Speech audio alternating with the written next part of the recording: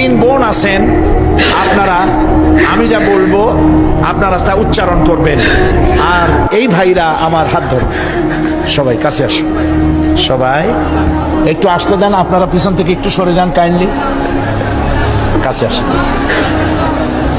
হাত ধরতে হবে, একটু জোরে জোরে বলতে হবে, লা ইলাহা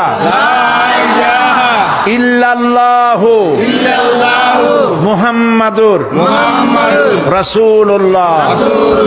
আল্লাহ ছাড়া কোনো ইলাহা নাই, মাবুদ নাই, উপাস্য নাই, মুহাম্মদ সাল্লাল্লাহু আলাইহি ওয়াসাল্লাম আল্লাহর প্রেরিত রাসূল।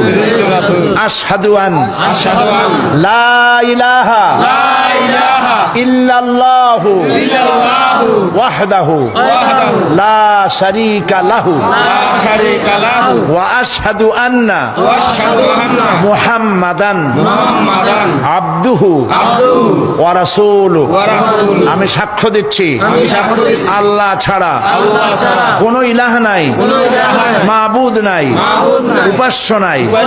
তিনি এক, তিনি একক, তার কোনো অংশীদার নাই।